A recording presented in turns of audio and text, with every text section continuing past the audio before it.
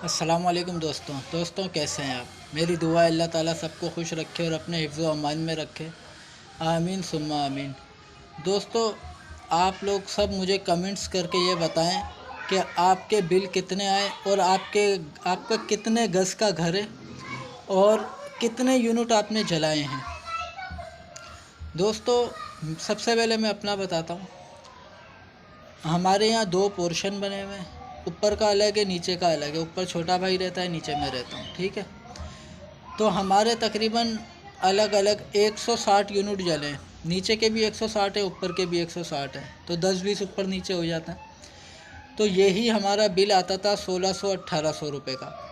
उसके बाद ये बिल 2 महीने पहले 3000 का आने लगा। फिर पिछले महीने यही बिल हमारा 4.5 का आया। अब ये बिल हमारा 5100 का आया, 160 यूनिट पर।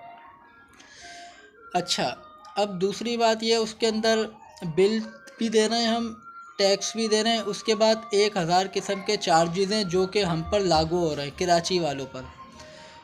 तो दोस्तों, हमारा कसूर सिर्फ ये है कि एक तो हम उर्दू बोलते हैं, दूसरा ये कि हम हिजरत करके आए हैं, और तीसरा जो सबसे बड़ा कसूर हो गया हमारा, हमारे बड़ों की मत मारी गई थी कि वो कराची आ गए। तो कराची में रहना तो हमारे लिए समझ लें एक जुल्म बना दिया है और हम पर जुल्म की इंतहा कर दी है। अच्छा दोस्तों, मैं सबके लिए दुआएं करता हूँ कि अल्लाह ताला जहाँ जहाँ सैलाब आए, अल्लाह ताला सबको हिफ्ज़ व अमान में रखे, सबका भला, सबकी खैर फरमाए। तो इसका ये मतलब नहीं है कि हम कराची वाले बहुत ऐशो आराम की ज़िंदगी जी रहे हैं, इसका मतलब ये नहीं होता दोस्तों।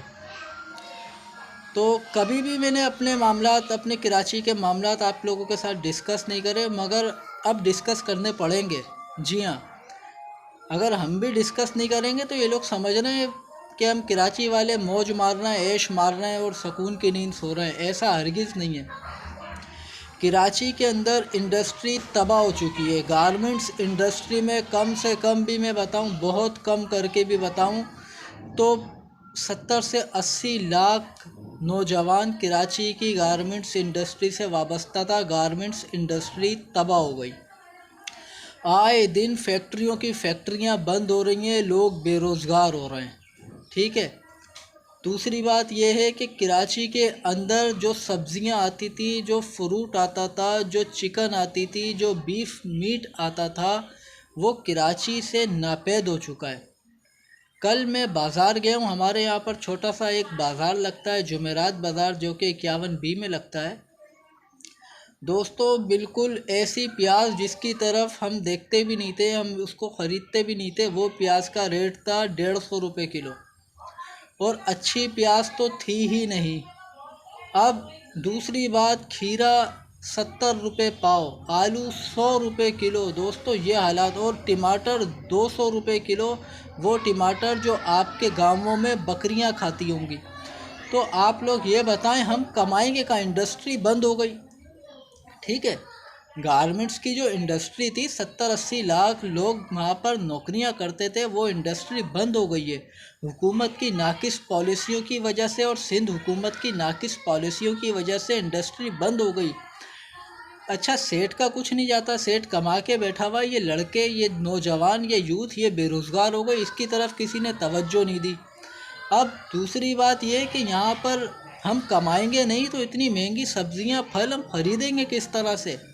उसके बाद ये टैक्सों की भरमार वाला बिल आए हैं हमारे, 10-10 हज़ार, 20-20 हज़ार, 50-50 हज़ार के बिल, ये हम कैसे भरेंगे? तो मेरा सिंध हुकूमत से ये मुतालबा है, और मैं डायरेक्ट बात करता हूँ ना, तो उस बंदे से बात करता हूँ जिसके पास पावर होती है। मैं बात करूँगा इस वक्त डायरेक्ट बिलावल भुट्टो जरदारी साहब से।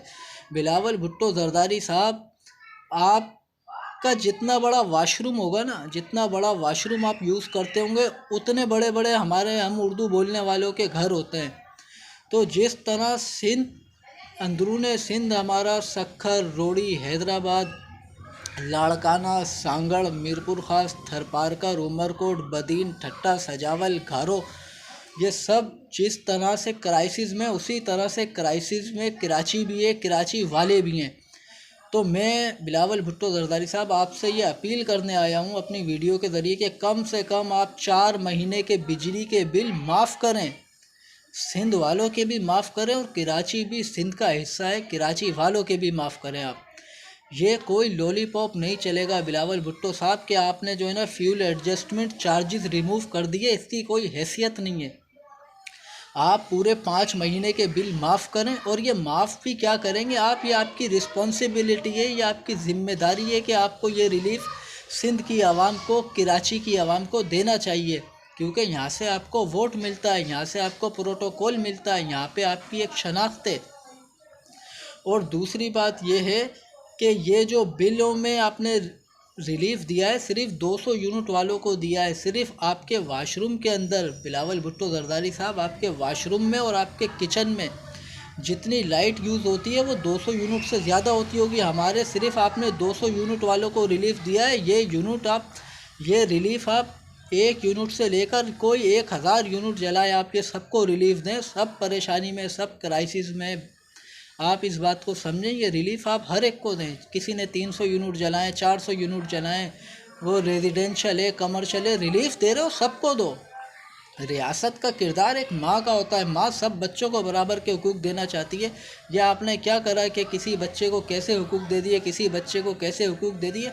जिस तरह की सूरत हाल में हम कराची वाले जी रहे हैं, सबको रिलीफ देना होगा। जिस तरह आप सिंध के लिए रिलीफ चाह रहे हैं, अंदरून सिंध के लिए रिलीफ चाह रहे हैं, अभी मैंने उन शहरों के नाम लिए, इसी तरह हम कराची वाले चाहते हैं हमें भी रिलीफ मिले। आखिर हमें रिलीफ कब मिलेगा?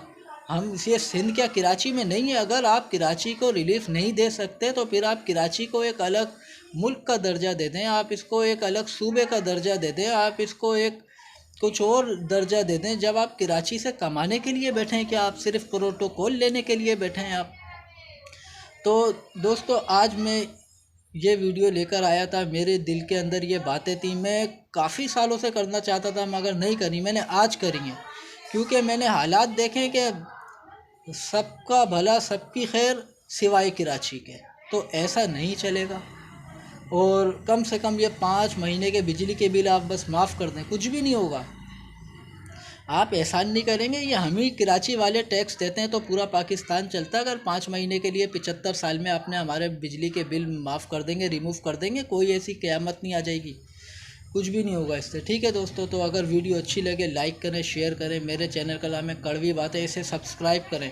और सब्सक्राइब करने के बाद जो बेल का आइकन का बटन है ना, बेल आइकन को भी आप दबाएं। ठीक है दोस्तों, नेक्स्ट वीडियो में फिर से बनाऊंगा इंशाल्लाह, उसमें आपसे मुलाकात होगी।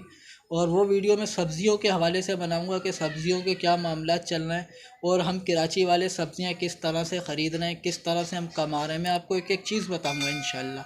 ठीक है दोस्तों, अपना ख्याल रखें, अपनी फैमिली का ख्याल रखें। अस्सलाम वालेकुम।